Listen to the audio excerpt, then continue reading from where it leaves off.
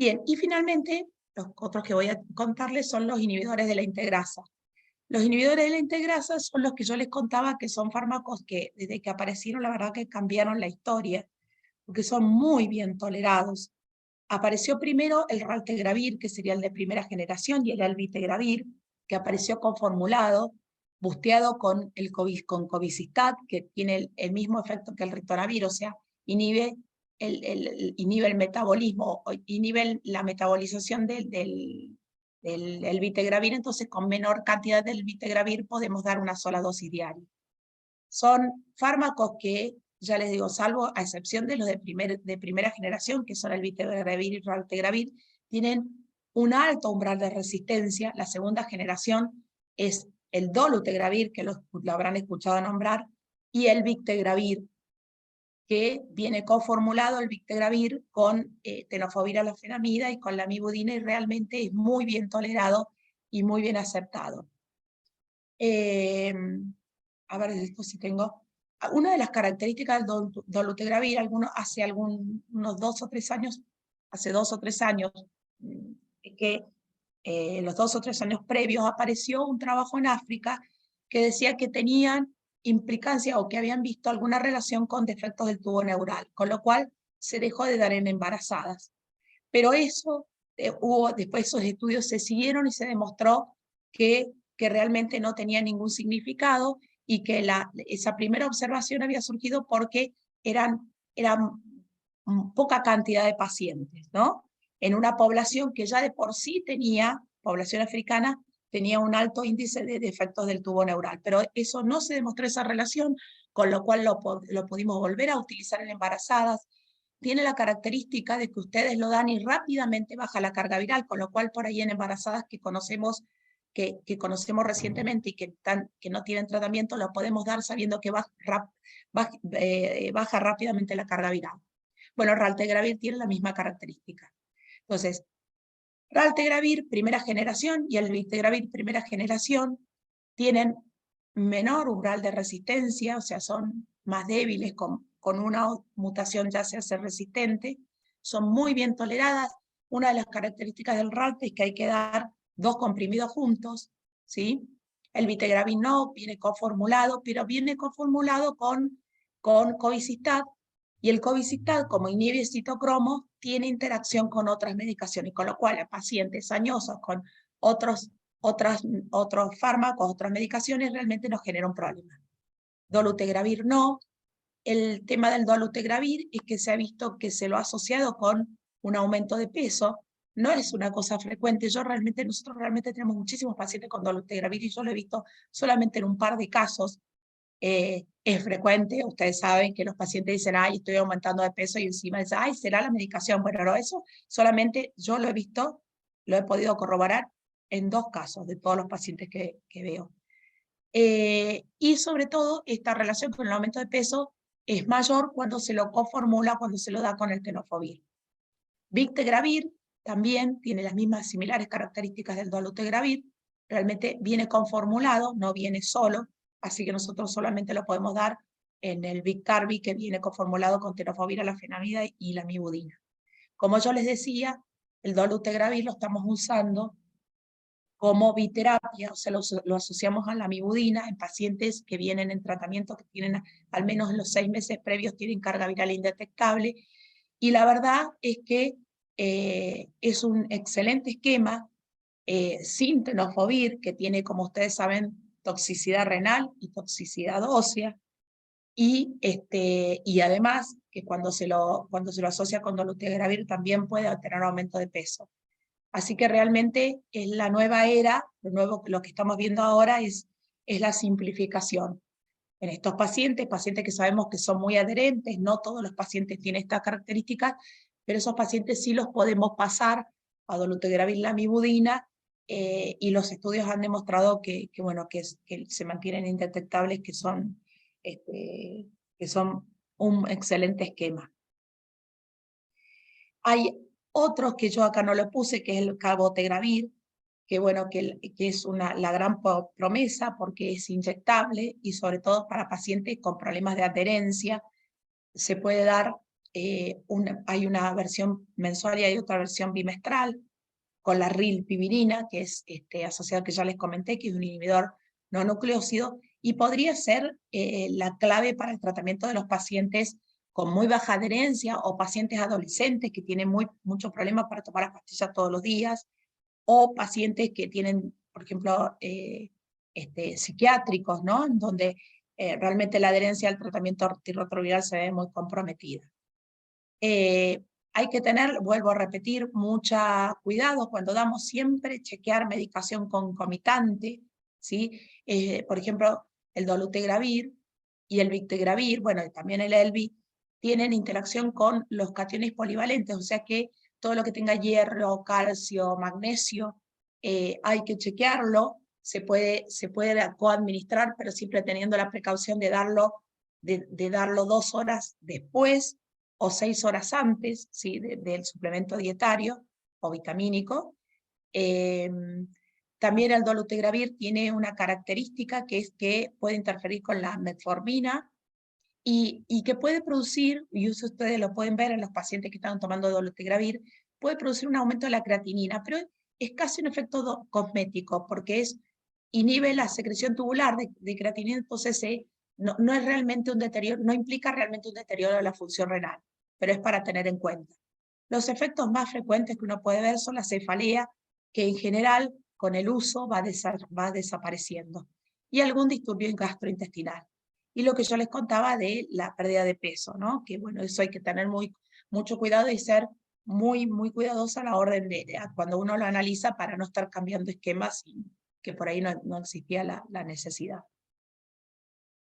Bien, hoy por hoy los tratamientos antirretrovirales, yo no les voy a poner la guía, pero consisten básicamente en la unión en la coadministración de dolutegravir más tenofovir o tenofovir alafenamida más lamivudina o entricitabina, o sea, un esquema triple, ¿sí?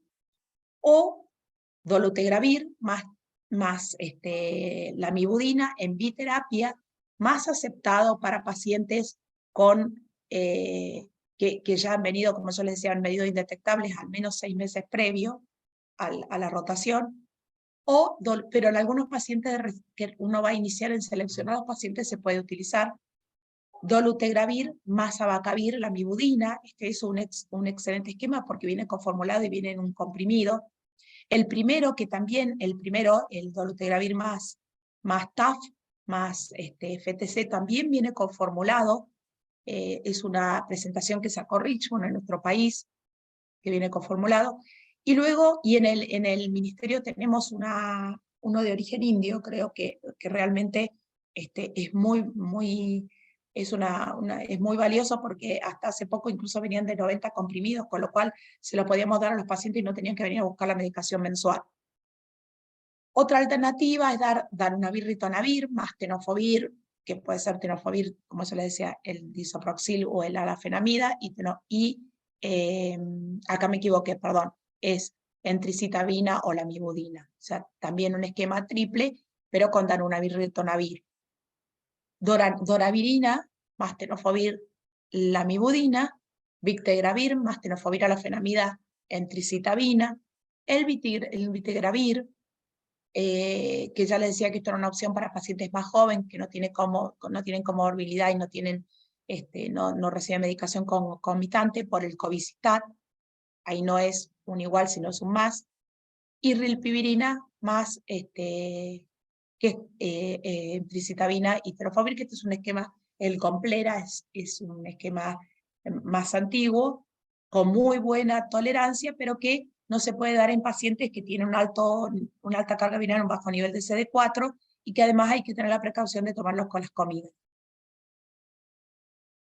Otros tratamientos, como ya les contaba, que no me pareció que tenían era demasiado para ustedes, porque realmente tampoco lo damos mucho. El Maraviroc, que como yo les decía, hay que tener la precaución de hacer un test de tropismo para ver qué tipo de correceptores tiene el paciente, porque si tiene dual o tiene CXR4 no se puede utilizar. El Fostensavir, que se utiliza solamente para pacientes fallados. Faviren, que ya casi ni lo usamos, pero todavía van a haber pacientes con esta medicación. Sidobudina, que lo utilizamos solamente en la prevención de la transmisión congénita, y enfurvirtide, que es el T20 que utilizamos, utilizamos en pacientes fallados. Bueno, una cosa interesante es esto. Esto es que cuando nosotros vemos los pacientes, digamos, ¿se acuerdan la curvita que yo les contaba? Cuando uno se contagia con el virus del HIV, lo que es la historia natural. Bueno, hay pacientes que no progresan a largo plazo. Quiere decir que tienen esto es medio confuso, pero bueno, que tienen cargas virales que realmente se mantienen en niveles muy bajos, a pesar de no tener tratamiento antirretroviral, y tienen CD4 muy altos, a pesar de no tener tratamiento antirretroviral. Fíjense la cantidad, esto es el porcentaje de este tipo de pacientes que uno puede encontrar en este estudio de casi 50.000 pacientes. Luego están, bueno, es una diferencia que no es muy sutil, pero que no hace, digamos, que para nosotros son no progresores a largo plazo. Y luego tenemos los controladores elite. Estos pacientes controladores elite son pacientes que uno se encuentra que ha pasado, que tienen una serología positiva para HIV y tiene una carga viral indetectable. Y entonces ahí uno se pregunta si este paciente es realmente un falso positivo. Bueno, estos pacientes hay que hacer un Western blot para hacer el diagnóstico, pero son pacientes que son capaces de controlar la carga viral, o sea, de mantenerse indetectables en ausencia de tratamiento, ¿sí? Hay dos tipos de controladores elite. Hay aquellos controladores que son controladores virémicos, que son pacientes que realmente mantienen cargas indetectables durante todo el tiempo, y hay algunos que no son virémicos, que son que tienen pequeños blips de cargas virales, ¿no? En estos pacientes está discutido el tratamiento. En aquellos que tienen cargas virales detectables, sí, no está discutido, hay que hacer tratamiento, y salvo en la situación de embarazo, en donde claramente está indicado el tratamiento, después es un tema discutido. De todas maneras, estos pacientes se ha visto que tienen replicación viral, y sobre todo se plantea el tratamiento como una forma de mejorar esa inflamación crónica, ¿no? Que es lo que se inicia en los primeros estadios. Bueno, esto es lo que yo les contaba, pero me parece que es lo mismo.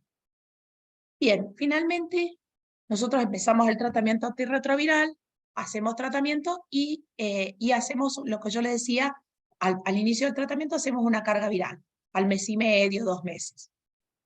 Y vemos qué pasó, ¿sí? Sabemos que el éxito del tratamiento se define por la indetectabilidad de la carga viral.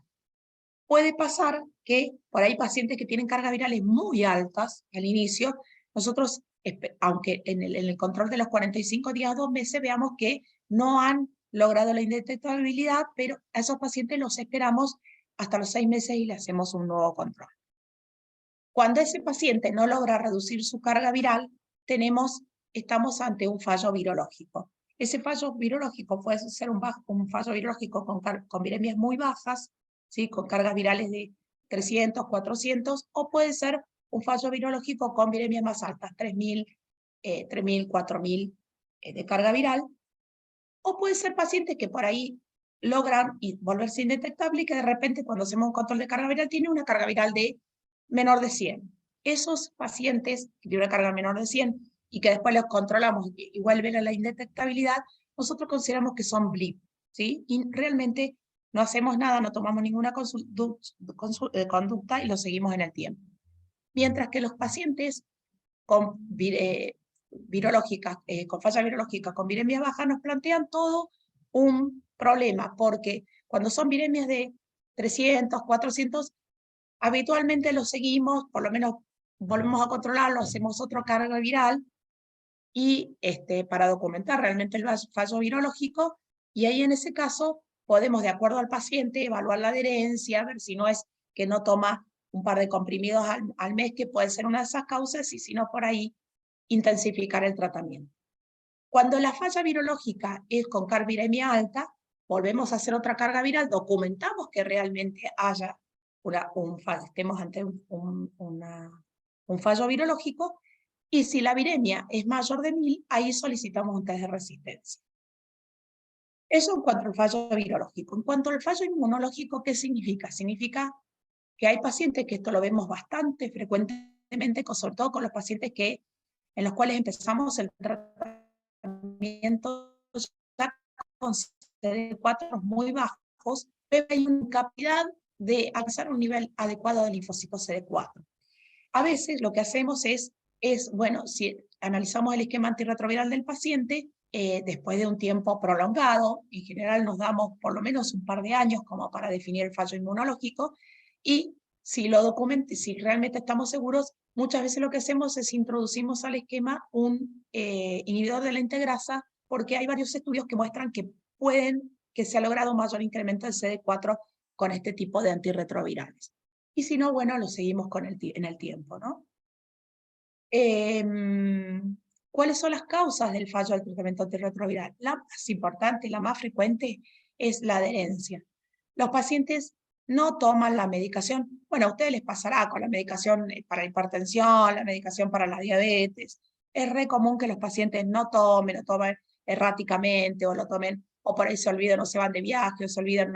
Bueno, es muy importante esto. Acá la diferencia con otros tratamientos crónicos es que es la posibilidad de aparición de la resistencia, con lo cual la adherencia es fundamental. Hay que trabajar mucho en la adherencia, ¿no?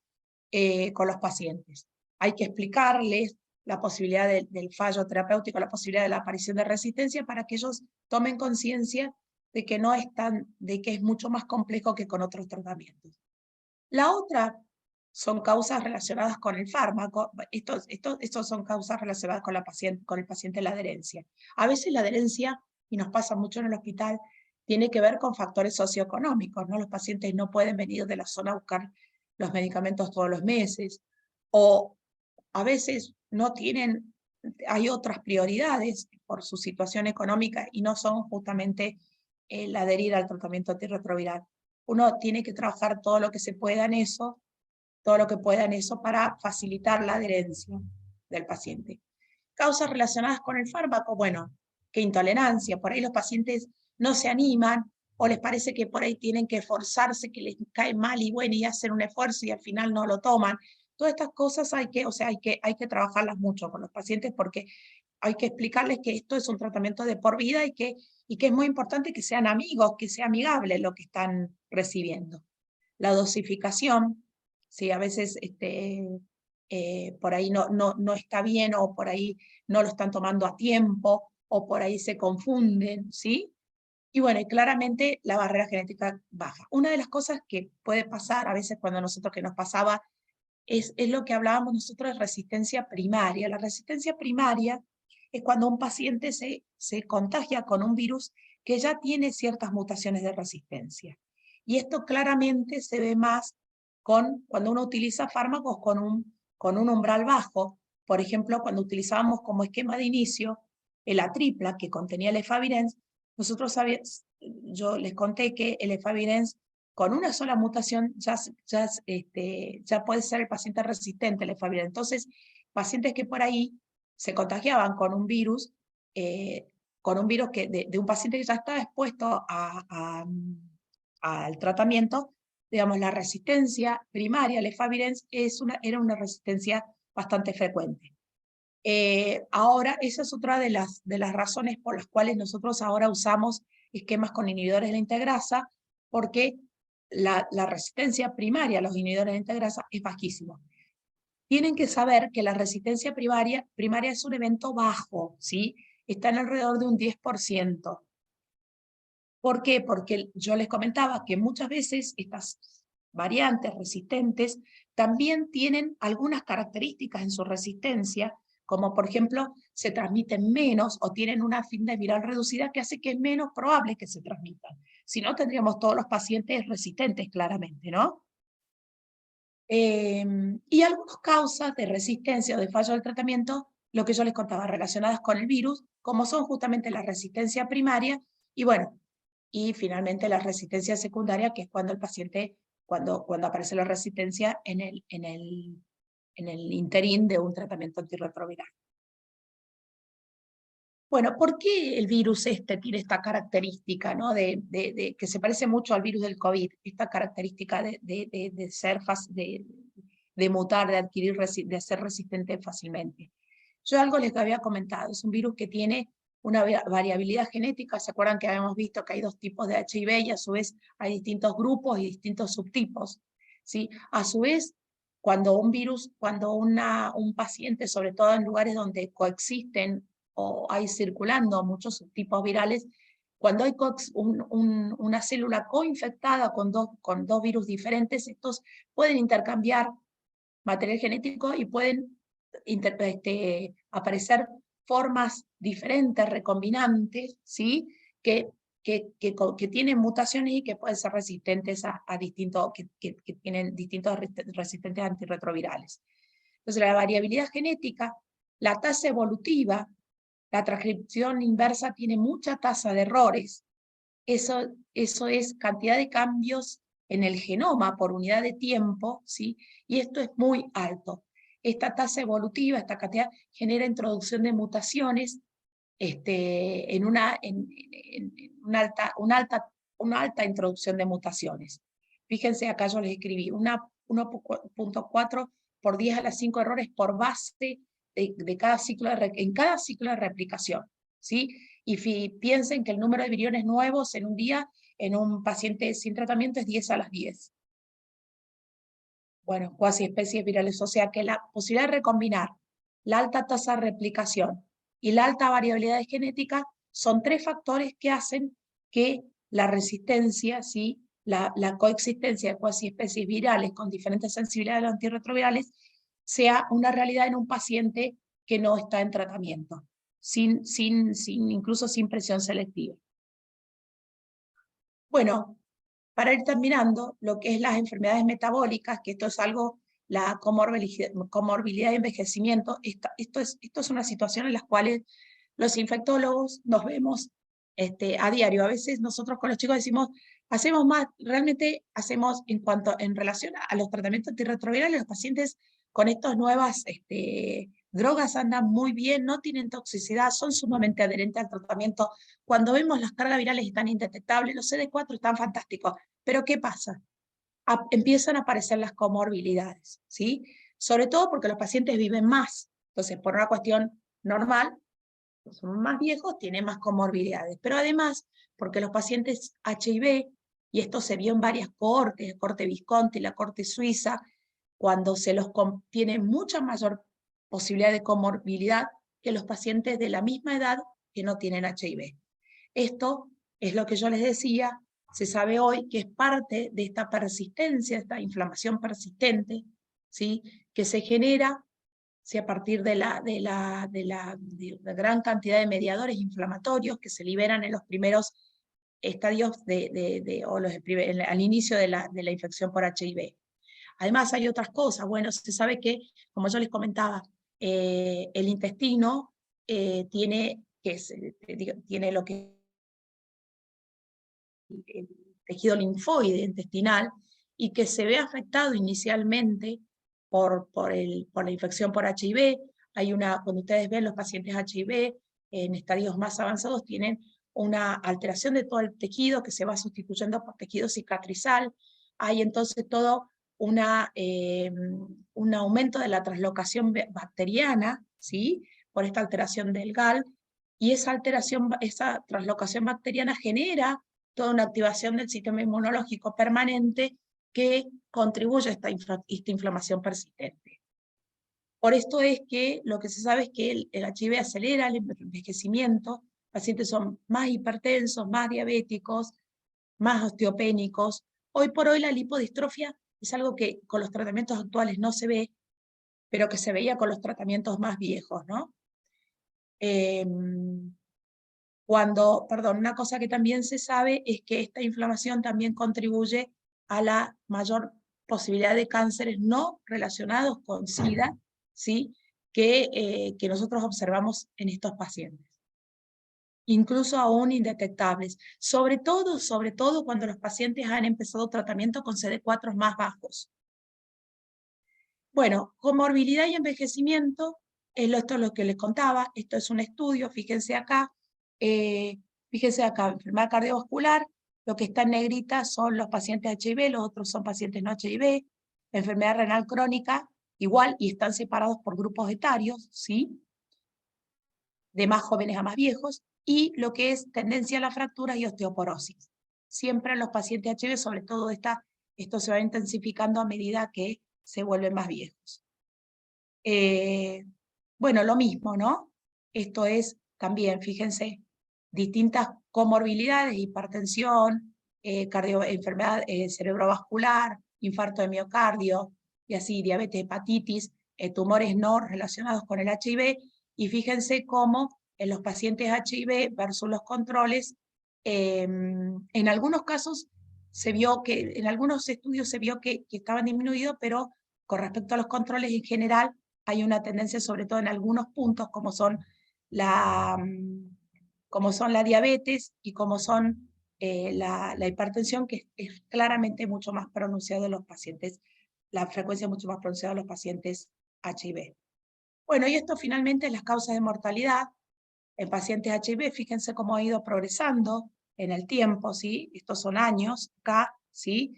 Y fíjense cómo las causas no asociadas a HIV, a SIDA, son las que han ido predominando con el tiempo. Es decir, los pacientes ahora, estos pacientes HIV, se mueren de causas no relacionadas con su infección, ¿no? Esto es lo mismo.